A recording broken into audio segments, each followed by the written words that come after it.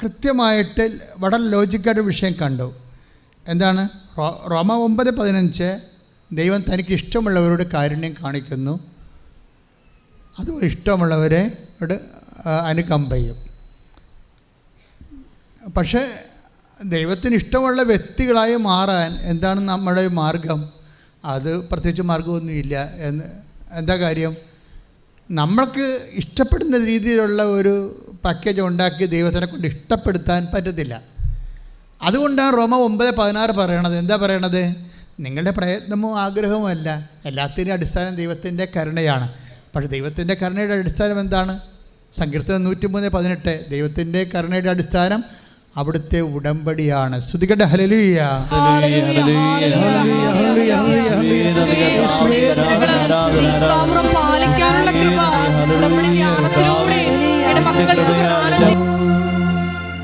അപ്പോൾ ഉടമ്പടിയിൽ എപ്പോഴും വരേണ്ടത് ഒരു വിഷയം എന്ന് വെച്ചാൽ കഷ്ടപ്പാട് പെരുകുമ്പോഴാണ് ഉടമ്പടി ദൈവത്തിൻ്റെ മനസ്സിൽ നമ്മളുമായിട്ട് ഉടമ്പടി ചെയ്യണമെന്നുള്ള ഒരു മനസ്സ് രൂപപ്പെട്ട് വരണത്. കഷ്ടപ്പാട് ഉടമ്പടിയും തമ്മിൽ കുറേ ബന്ധമുണ്ട്. ശ്രുതികട്ടെ മക്കളെ, നമുക്കൊരു പാട്ട് പാടി കർത്താവിനെ ശ്രുതികട്ടെ.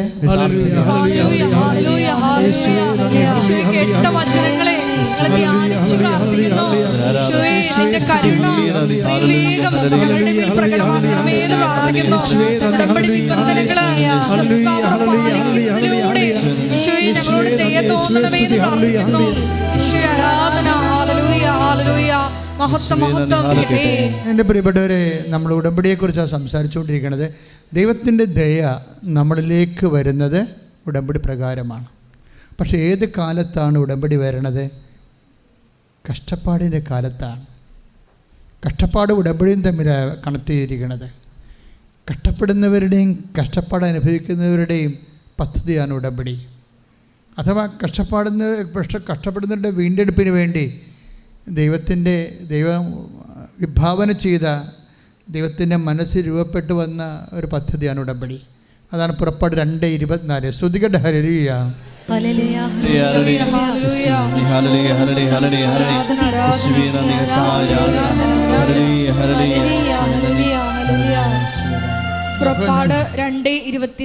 പുറപ്പാട് 2:24 ദൈവം അവരുടെ ദീനരോദനം ശ്രവിക്കുകയും എന്ന് പറഞ്ഞ് ദൈവം അവരുടെ ദീനരോദനം ശ്രവിക്കുകയും അബ്രാഹത്തോടും ഇസഹാക്കിനോടും യാക്കോബിനോടും ചെയ്ത ഉടമ്പടി ഓർമ്മിക്കുകയും ചെയ്തു.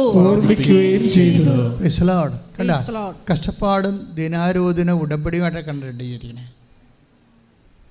നമ്മൾ ഒരു ഉടമ്പടിയിലാണെങ്കിൽ നമ്മുടെ കഷ്ടപ്പാടിൻ്റെ കാലത്ത് ദൈവം തീർച്ചയായിട്ടും ഉടമ്പടി ഓർക്കും. പറഞ്ഞു മനസ്സിലായ? നമ്മൾ വളരെ സീരിയസ് ആയിട്ട് ഉടമ്പടി കാണേണ്ടത്. നിങ്ങൾ ഈ IELTS പാസ്സാകാനും വസ്തു വിൽക്കാനും മകളെ കെട്ടിക്കാനും വേണ്ടി പെട്ടെന്ന് തരികയുടെ എന്തെങ്കിലും പരിപാടി കാണിച്ചിട്ട് വീണ്ടും നിങ്ങൾ പഴയ അതെല്ലാം കാര്യം കണ്ടു കഴിയുമ്പോൾ പഴയ ഉടായിപ്പായിട്ടൊക്കെ ജീവിച്ചാൽ നിങ്ങൾ ദൈവം ഓർക്കത്തില്ല. ഉടമ്പടി ഓർക്കാൻ പറ്റിയ, ദൈവം ഓർക്കാൻ പറ്റിയ നമ്മൾ രക്ഷപ്പെട്ട്. ഉടമ്പടിയുടെ രണ്ടാമത്തെ ആക്ടിവേഷൻ പ്രിൻസിപ്പിൾ ഓർമ്മയാണ്. നിങ്ങൾ ദൈവത്തോട് ചെയ്ത ഉടമ്പടി ദൈവം ഓർക്കണത് പലപ്പോഴും നിങ്ങളുടെ കഷ്ടപ്പാടിൻ്റെ കാലത്ത് ദൈവം ഓർക്കും. കഷ്ടപ്പാടിൻ്റെ കാലത്ത് ദൈവം അത് ഓർക്കും. പക്ഷെ ഒരു കാര്യമുണ്ട്, നമ്മൾ ഓർക്കണമെങ്കിൽ ദൈവത്തിരുസന്നിധി ദൈവത്തെ, ഇപ്പം കഴിഞ്ഞ ദിവസം ഒരു സാക്ഷ്യം ഉണ്ടായി. ശ്രുതിയുടെ മക്കളെ,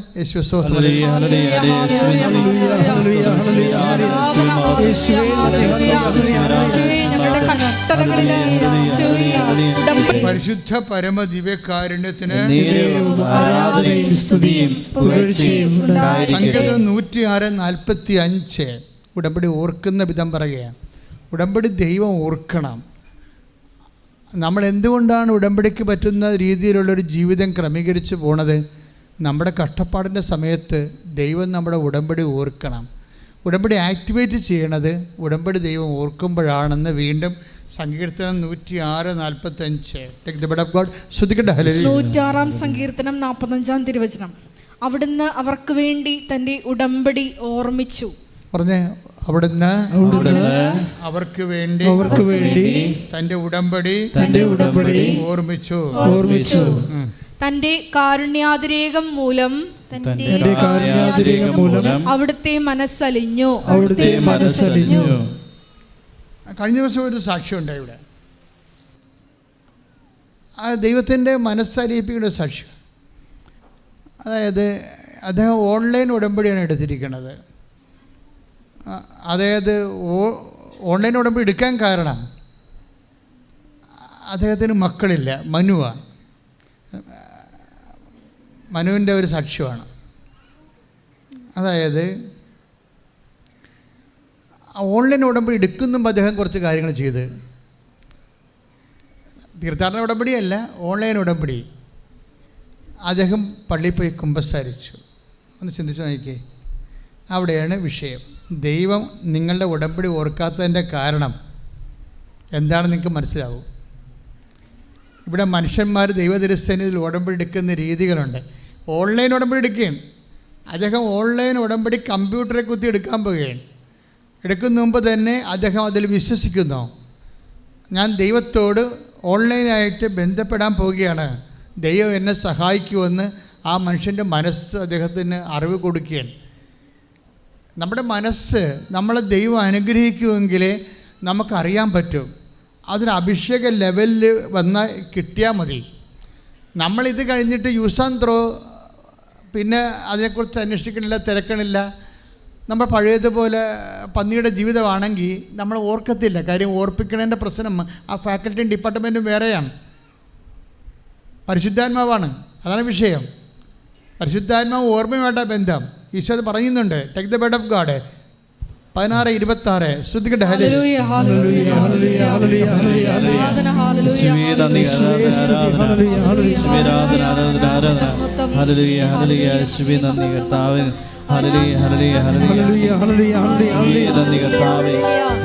യോഹന്നാൻ 16:26 എടുത്ത് 14:26. യോഹന്നാൻ എന്നാൽ ഇത് പറഞ്ഞേ, എന്റെ നാമത്തിൽ പിതാവ് അയക്കുന്ന സഹായകനായ പരിശുദ്ധാത്മാവ്. പരിശുദ്ധാത്മാവ് ആരാണ്? സഹായകൻ. എന്ത് സഹായമാണ് ചെയ്യണമെന്ന് താഴെയുണ്ട്, ശ്രദ്ധിക്കണം. എന്ന് പറഞ്ഞ് എന്നാൽ എന്റെ നാമത്തിൽ പിതാവ് അയക്കുന്ന സഹായനായ പരിശുദ്ധാത്മാവ് എല്ലാ കാര്യങ്ങളും നിങ്ങളെ പഠിപ്പിക്കുകയും ഞാൻ നിങ്ങളോട് പറഞ്ഞിട്ടതെല്ലാം നിങ്ങളെ അനുസ്മരിപ്പിക്കുകയും ചെയ്യാം. ഞാൻ നിങ്ങളോട് പറഞ്ഞിട്ടുള്ളതെല്ലാം നിങ്ങളെ അനുസ്മരിപ്പിക്കുകയും ചെയ്യും. കൈയടിച്ച് കർത്താവിനെ ശ്രദ്ധിക്കട്ടെ.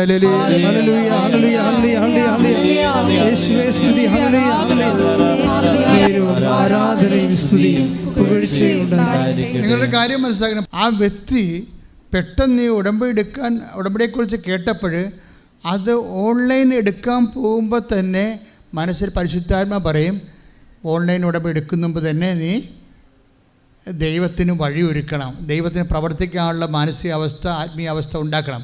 ഉടനെ അവൻ പോയി കുമ്പസാരിക്കാതെ ഇയാൾ വേറൊരു കാര്യം ചെയ്തു.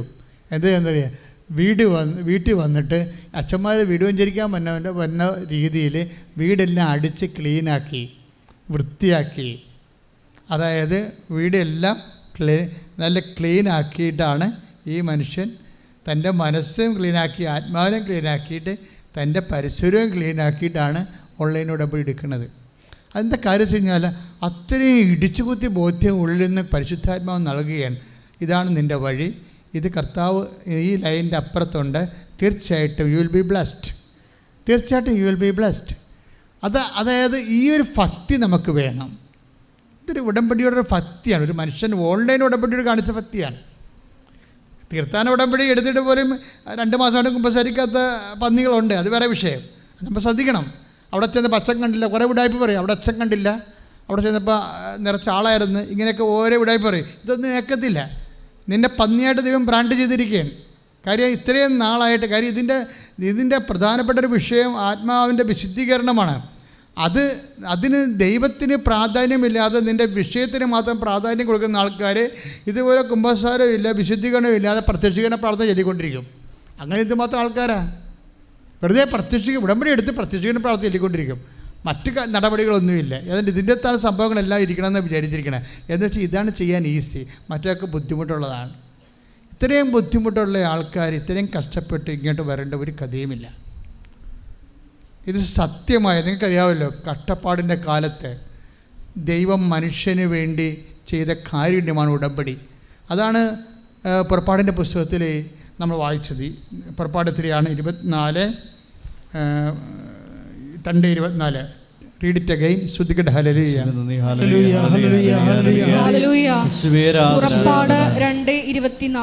പുറപ്പാട് 2:24 ദൈവം അവരുടെ ദീനരോദനം ശ്രവിക്കുകയും അബ്രാഹത്തോടും ഇസ്ഹാക്കിനോടും യാക്കോബിനോടും ചെയ്ത ഉടമ്പടി ഓർമ്മിക്കുകയും ചെയ്തു. അതായത് ഉടമ്പടി ഓർമ്മിക്കുമ്പോൾ നമുക്കറിയാമില്ല, ഉടമ്പടി എന്ന് പറയുമ്പോൾ അതിന് നിലവാരം 90 ദിവസത്തേക്കല്ലത്. അതിൻ്റെ അണ്ടർലൈൻ എന്ന് പറഞ്ഞാൽ എന്നേക്കുമാണ്. നമ്മളിപ്പോൾ ഒരു പ്രത്യേക ആവശ്യത്തെ ബേസ് ചെയ്ത് ഉടമ്പടി ചെയ്യുമ്പോഴാണ് അത് 90 ദിവസമായി വരണത്. ഒരു വ്യക്തിക്ക് ദൈവം നിത്യമായി നിലനിൽക്കുന്ന കാരണം നിങ്ങളിപ്പോൾ നിങ്ങളുടെ നാട്ടിലുള്ള റിയൽ എസ്റ്റേറ്റുകാരുമായിട്ട് വസ്തു ഇടപാടുണ്ടെങ്കിൽ ആ ഉടമ്പടിക്കൊക്കെ ഡേറ്റ് ഉണ്ട്. കാര്യം അയാളും ചാവും നിങ്ങളും ചാവും. പക്ഷേ മരിക്കാത്ത ഒരാളുമായിട്ട് നിങ്ങൾ ഉടമ്പടി ചെയ്തിരിക്കണത്. അതുകൊണ്ടാണ് ഉടമ്പടിയെക്കുറിച്ച് പറയുമ്പോഴപ്പോൾ എന്നേക്കും എന്നാണ് പറയണത്. എന്നേക്കും. കാര്യം മരിക്കാത്ത ഒരാളുമായിട്ടാണ് നിങ്ങൾ ഉടമ്പടി ചെയ്തിരിക്കുന്നത്. അയാൾ ഒരു മനുഷ്യനാണെങ്കിൽ മരിച്ചു പോകും, ഉടമ്പടി കാലഘട്ടപ്പെട്ടു പോകും. കൊള്ളാം, കല്യാണം ഒരു ഉടമ്പടിയല്ലേ, വിവാഹം ഒരു ഉടമ്പടിയല്ലേ. സെൻറ്റ് പോൾ എന്താ പറയണത്? ഭാര്യ ഭർത്താവ് മരിച്ചാൽ പിന്നെ ആ ഉടമ്പടി നിലനിൽക്കുന്നില്ല. അപ്പോഴെന്ത് സംഭവിച്ചാൽ ഉടമ്പടിയുടെ രീതി അനുസരിച്ച് ദൈവം ഓർക്കേണ്ട ഒരു സിറ്റുവേഷനിൽ പരിശുദ്ധാത്മ നിറഞ്ഞ് നീ ജീവിക്കേണ്ട ഒരു ആവശ്യമുണ്ട് ഇതിൻ്റെ അകത്ത്. ക്ലിയറല്ലേ? മനസ്സിലായില്ലേ? കാര്യം ഇത് ലാസ്റ്റ് ഓപ്ഷനാണ്. ഉടമ്പടിയേക്കാൾ വലുതായിട്ട് ദൈവത്തിന് പോലും ഒന്നും ചെയ്യാൻ പറ്റത്തില്ല. കാര്യം ദൈവം എത്രയോ സൂപ്പർ ഇൻ്റലിജൻ്റിൽ ഏറ്റവും ടോപ്പായിട്ട് ചെയ്തിരിക്കുന്ന ഒരു പ്രത്യേക പദ്ധതിയാണിത്. അതുകൊണ്ടാണ് ഇത് ആദ്യകാലം മുതലേ നിലനിൽക്കുന്നത്. ഉൽപ്പത്തി പുസ്തകം മുതൽ അവിടെ നമ്മുടെ കൃപാസനം വാദിക്ക് ഡെപ്യൂട്ടി ചെയ്തിരിക്കണില്ലേ.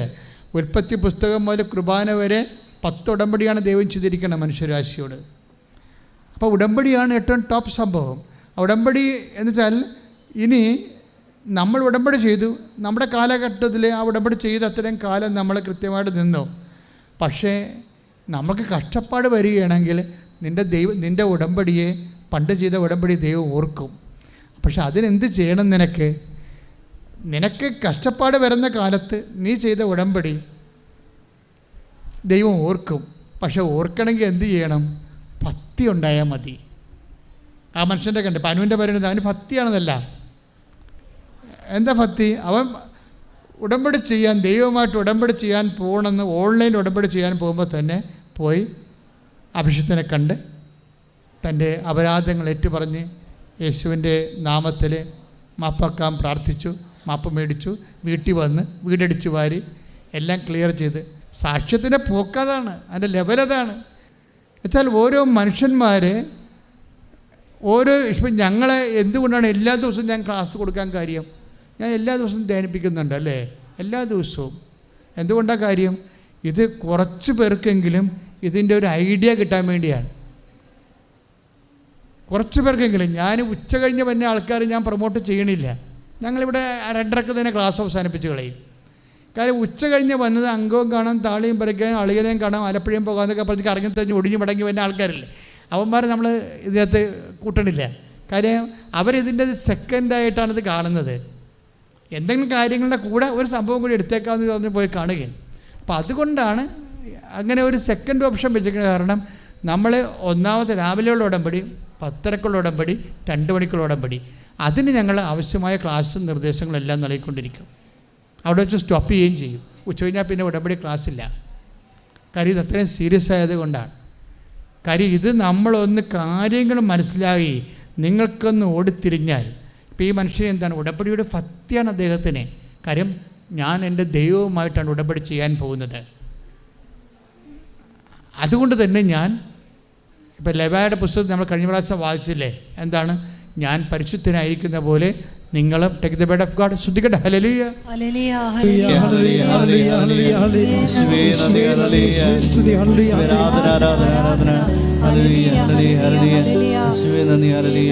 ലേവ്യ 11:44. ലെവയ പുസ്തകം 11:44. ഞാൻ നിങ്ങളുടെ ദൈവമായ കർത്താവാകുന്നു എന്ന് പറഞ്ഞു. ഞാൻ നിങ്ങളുടെ ദൈവമായ കർത്താവാകുന്ന ഞാൻ നിങ്ങളുടെ ദൈവമായ കർത്താവാകുന്നു. നിങ്ങൾ നിങ്ങളെ തന്നെ വിശുദ്ധീകരിക്കുകയും നിങ്ങൾ നിങ്ങളെ തന്നെ വിശുദ്ധീകരിക്കുകയും പരിശുദ്ധരായിരിക്കുകയും ചെയ്യുവിൻ. കാരണം ഞാൻ പരിശുദ്ധനാകുന്നു. കാരണം ഞാൻ പരിശുദ്ധനാകുന്നു. അതാണ് സംഭവം. ദൈവം പരിശുദ്ധനായ വ്യക്തിയുമായിട്ടാണ് നിങ്ങൾ ഉടമ്പടി ചെയ്യണത്. അപ്പോൾ നിങ്ങളൊരു അതർ കക്ഷിയാണ്. ദൈവം ഒരു കക്ഷി, നിങ്ങളൊരു കക്ഷി. അപ്പോൾ നിങ്ങളാരായിരിക്കണം? നിങ്ങളും പരിശുദ്ധരായിരിക്കും. ആ ഓൺലൈൻ ഉടമ്പടിക്കാരൻ അതാണ് ചെയ്തിരിക്കുന്നത്. അയാൾ ആ വിശുദ്ധി സൂക്ഷിക്കാൻ അദ്ദേഹത്തിൻ്റെ സഭ നിഷ്കർഷിക്കുന്ന മാർഗങ്ങൾ അവലംബിച്ച് അതിനുശേഷം അദ്ദേഹം വീട്ടിൽ വന്ന് കർത്താവ് വീട്ടിലേക്ക് വരുന്നെന്നുള്ളൊരു ബോധം ഉണ്ടായതുകൊണ്ട് വീടെല്ലാം ചവറെല്ലാം മാറ്റി ചപ്പെല്ലാം മാറ്റി അടിച്ച് വൃത്തിയാക്കി മെനയാക്കിയതിന് ശേഷമാണ് അദ്ദേഹം ഉടമ്പടി എടുക്കുന്നത്. അപ്പം അത്രയും ഭക്തിയാണത് കാണിക്കുന്നത്. ഭക്തി വന്നാലുള്ള ഗുണം എന്താ?